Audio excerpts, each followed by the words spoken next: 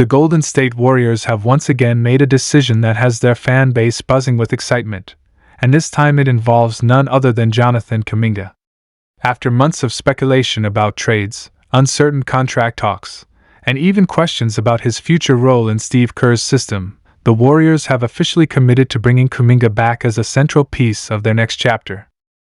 This move not only keeps one of the league's most explosive young athletes in the Bay but also sets the stage for what Golden State's depth chart and projected starting five will look like as they try to retool around Stephen Curry's remaining prime years. Kuminga's return signals that Golden State's front office, led by Joe Lacob and Mike Dunleavy Jr., has decided to invest in his development rather than risk losing him in a blockbuster trade. The message is clear: the Warriors see Kuminga as part of the franchise's foundation moving forward, not just a trade chip for immediate star power.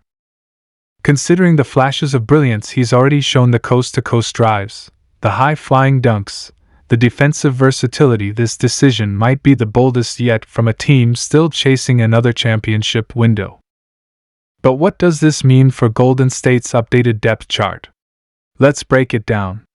At point guard, it's still the face of the franchise, Stephen Curry. Despite being in the later years of his career, Curry continues to be the offensive engine, the gravity that warps defenses, and the leader in the locker room. Behind him, the Warriors have Brandon Podziemski, who proved last season that he's not just a role player but someone who can run the offense in stretches and contribute with hustle, rebounding, and smart decision-making.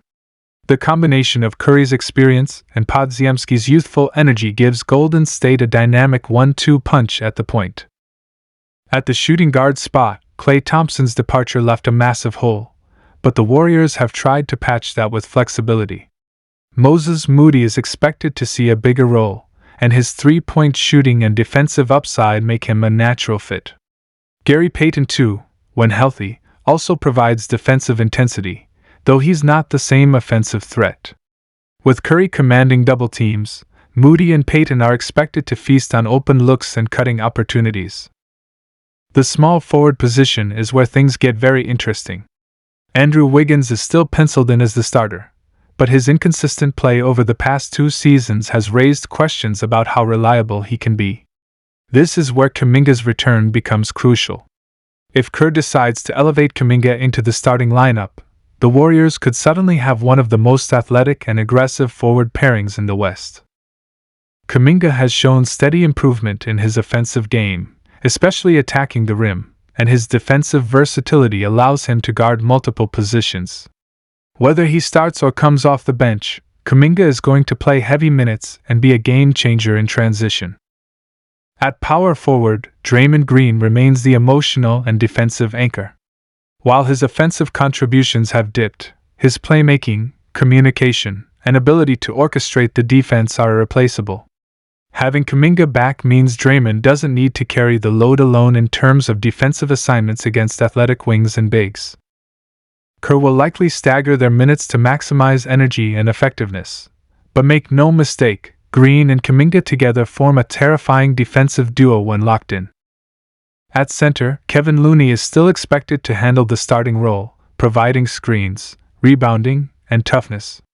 But the Warriors may also experiment with smaller lineups, putting Kuminga or Draymond at the 5 to push the pace and open up spacing for Curry. The team has also brought in some younger bigs to provide depth, but Looney's reliability in big moments keeps him ahead in the rotation. So, what could the Warriors' projected starting 5 look like? The most traditional lineup is Curry, Moody, Wiggins, Green, and Looney. But there's a strong argument that Kerr could shake things up and start Kuminga at the 3, slide Wiggins to the 2, and put Moody in a 6th-man role. This would give the Warriors size, defense, and speed on the wings while allowing Curry to operate with more space. Another possibility is a small ball lineup featuring Curry, Podziemski, Wiggins, Kuminga, and Green, something that would unleash their transition game and allow them to switch defensively across all 5 positions.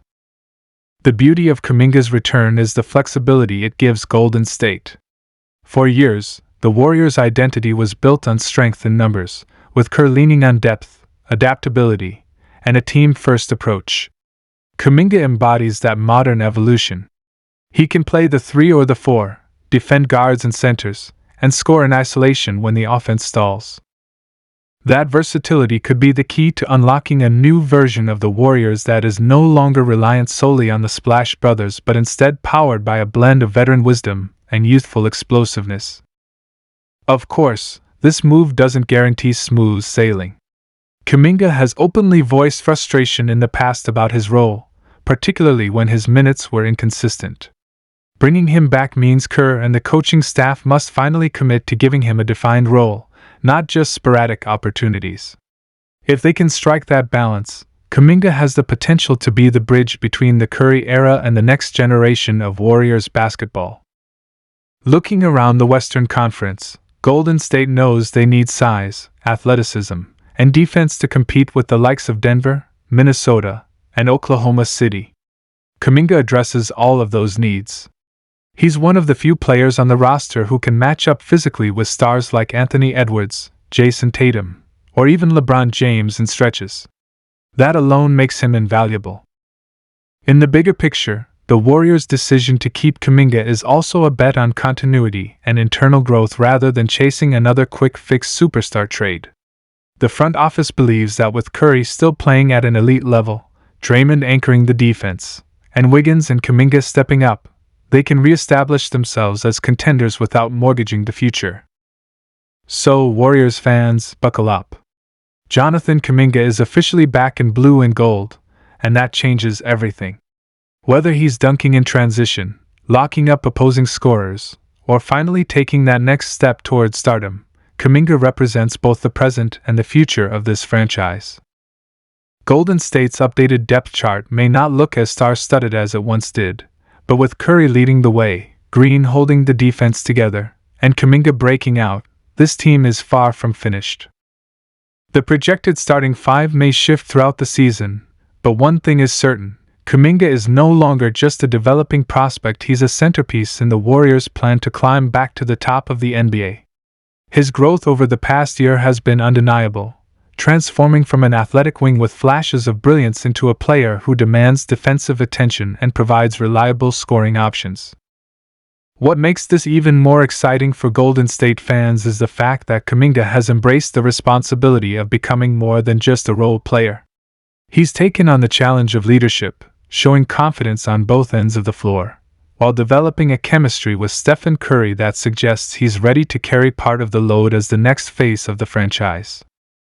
And if everything clicks, this could be the beginning of a new era that blends the legacy of the dynasty with the rise of its next superstar, a balance of old and new that keeps the Warriors relevant and dangerous in an ever-changing NBA landscape.